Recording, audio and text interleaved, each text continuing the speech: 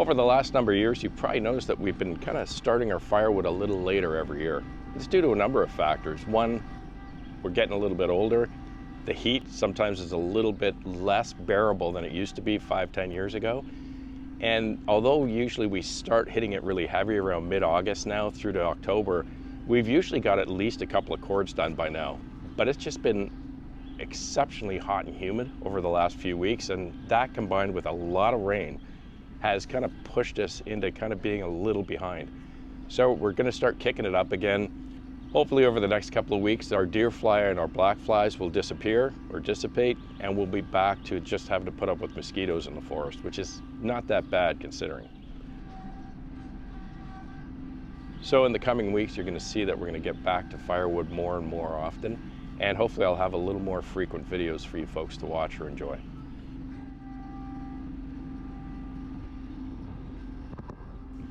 So I wanted to set the stage a little bit for you good folks. We are way down the main trail, and just to the left of me, or to the left of my grapple, is the trail that runs into the very back end of that 475 meter target range that we've been working on the last 2 summers on and off between firewood. If you remember on the last video or the video before, we felled 3 trees right down this trail, 1 right onto the trail, and then 2 of them were much further back into the forest and behind.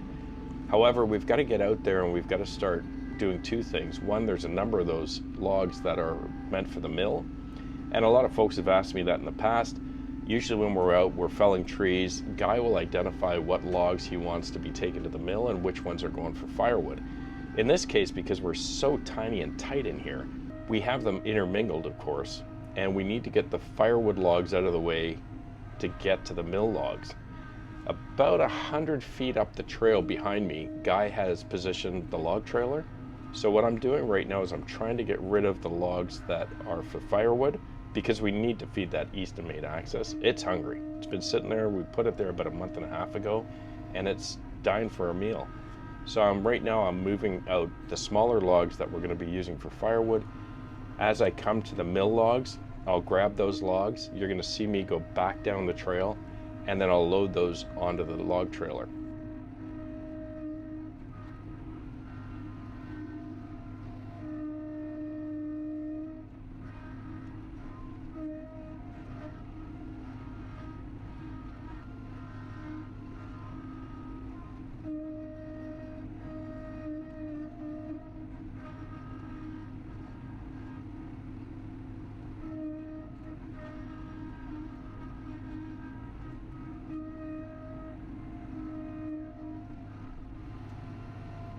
Many of you folks know over the years that when I'm out filming, I'm usually filming 1.5 to 2.5 hours of film. I get back, I spend several hours, I edit it down to around 12 to 15 minutes because I think that's most pleasurable or entertaining for folks. I don't think it's too long and too short. Many people have asked me, can you make your videos a little bit longer, especially your videos when you're doing firewood or working the tractor? So this video today, I've edited down, but I've left a lot of stuff in that I'm hoping is going to be helpful for folks that are just new to, perhaps you've just bought a grapple or a tractor, or maybe you just have land.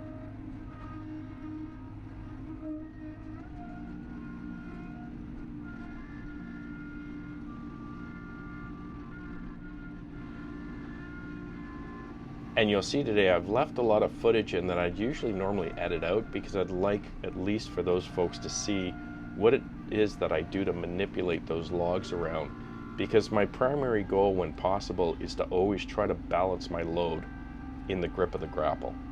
I kind of, in other words, I don't want 5 feet hanging out on one loader arm and 1 foot on the other loader arm, because that's just not good for the tractor. It's certainly not good for your loader arms, because you put a lot of lateral force against them, especially when you're trying to traverse through the forest going up and down on uneven ground. So it takes a little bit of finagling. As I said, usually I edit a lot of this stuff out. And the other thing you'll see is just how overgrown this main trail has come since last fall. It's unbelievable. Mother Nature immediately starts to replenish. So you probably don't recognize this, even though you've seen it 100 times at least.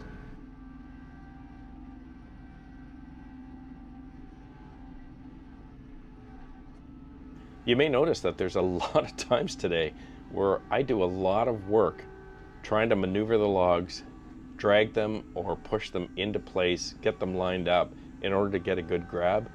And then I've got to do literally multiple 3-point turns to try to get around the trees that are sitting on the sides of these trails.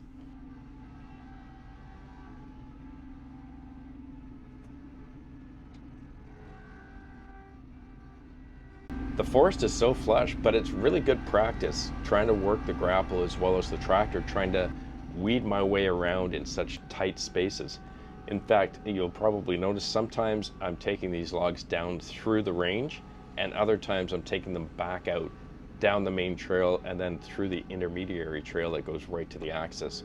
It just depends on the logs, what I've got, the load, and where I am, and whether it's easier to maneuver around the trees on the sides of one trail versus another. That's pretty much it.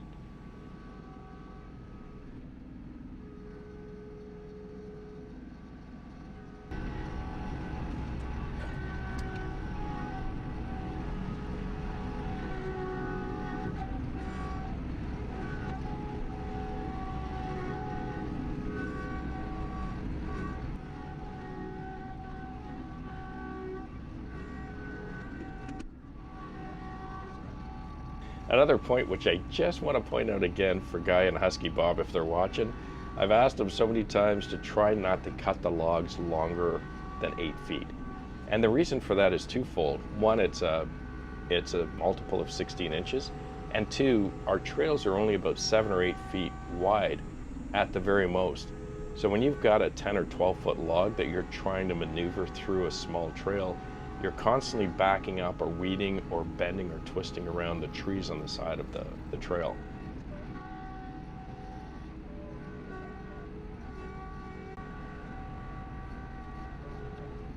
And that takes, of course, a little bit longer, and it's a little bit more frustrating because you can't just drive down the trail 100 feet to the trailer, back all the way up, and then start moving to the next log. So hopefully there's a few pointers in there for today's video. A couple of things I like to do a lot, especially if I'm trying to grab a bunch of logs at once. Once I push that grapple into the front of the log pile, I'm going to throw my loader arms into float. And then I'm going to use that grapple so that it acts kind of independently of the tractor itself. In other words, it's not constrained by the hydraulics of the loader arms. That way you're able to reach out with the grapple, curl in, curl out, reach out again.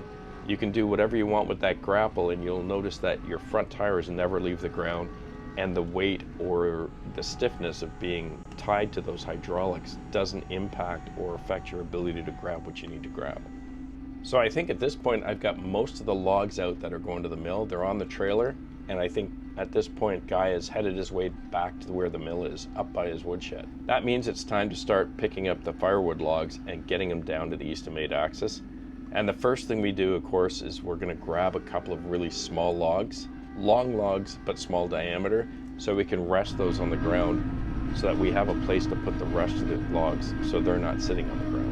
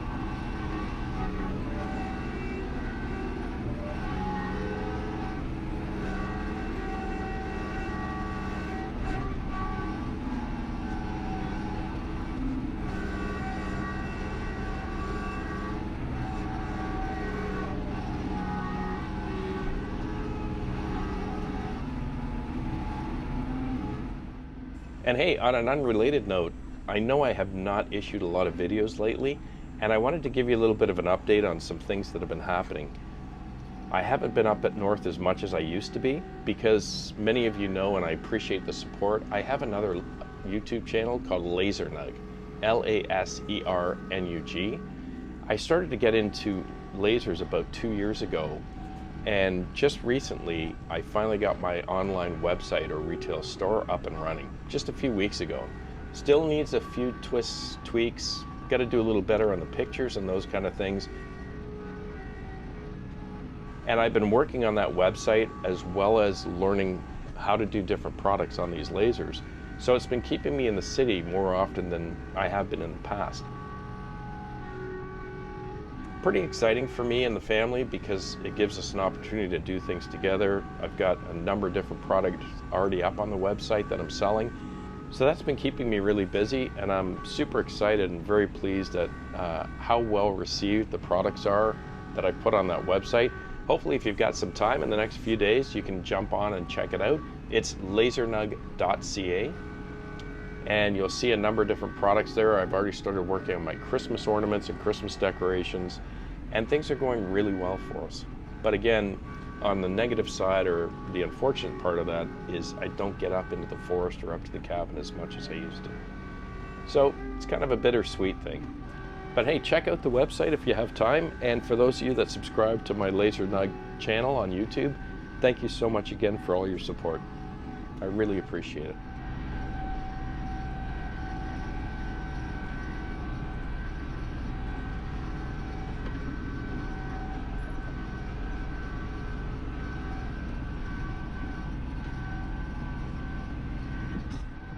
As you can see, it's a long way from where the Eastonmade is to the back of this target range, but we've got a lot of wood there, surprisingly, that we had left or not gotten through last year.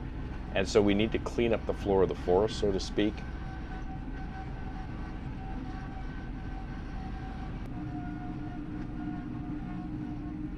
And we want to grab all those firewood logs, get them down beside the axis so that they're ready to be bucked and split, dumped into a trailer, and then get them up and stacked in the woodshed. So today, that's primarily what we're doing. It's all grapple work today. On the next video, you'll see that we're going to come back in with the skidding winch because the other two trees, one of which I hung up, are about, I think, 80 to 100 feet back off that side trail. So we're going to need that winch and probably most of the 165-foot cable that comes with it.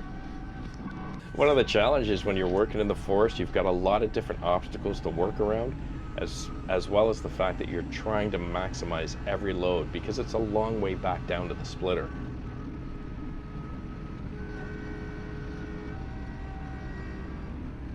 So I'm trying to maneuver those logs around as best I can, get them into a pile, and grab as many logs as I can at once, just to kind of make that trip worthwhile.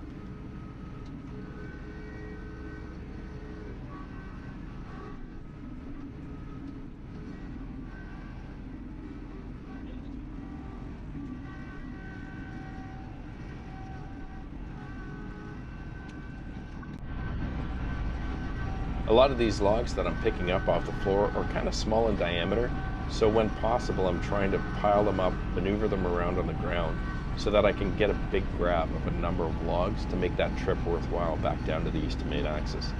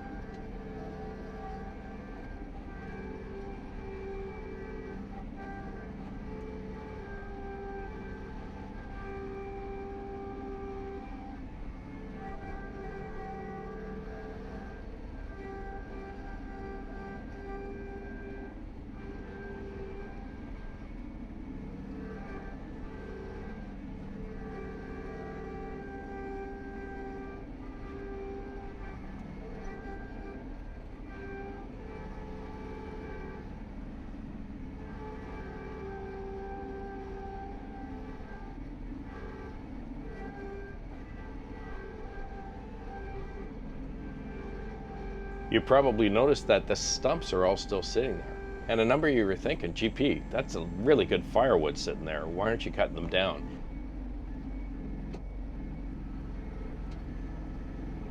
There was a period of time when Guy was thinking about having his good friend come down with his mini excavator and ripping these out, but he's since decided we're just going to cut them at 16s, get them down as close as we can to the floor of the forest, and then harvest that firewood that way. So you're probably going to see that in an upcoming video, but for now we just want to get this floor cleared. We want to get some of these branches and limb wood out of the way, which Guy will come back and he'll chip them at a later date.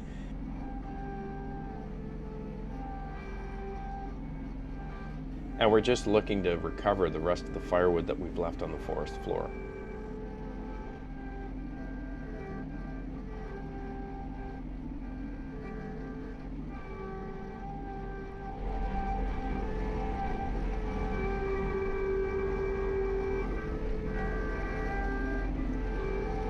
It's a lot of fun, and the bugs, quite honestly, are definitely starting to deplete now. We've still got them, but they're nowhere near the numbers they were a week ago, or the last time I was up here.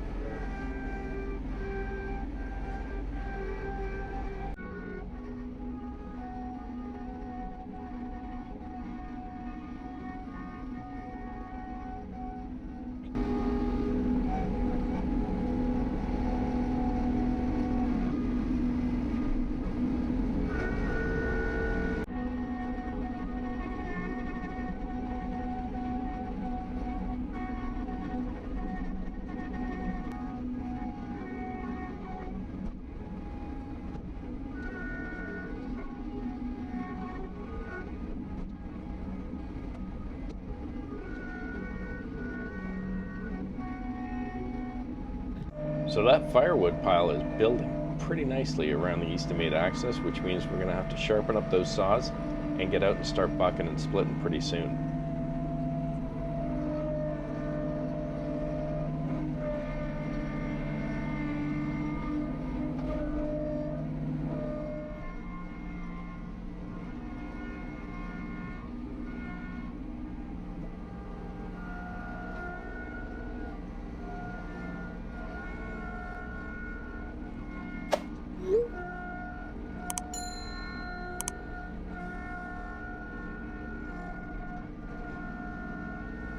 So we've had a really productive day today. We've picked up all of the firewood logs we have left in this area off of the forest floor, as well as some of the stuff from that tree I felled into the trail. That's all gone.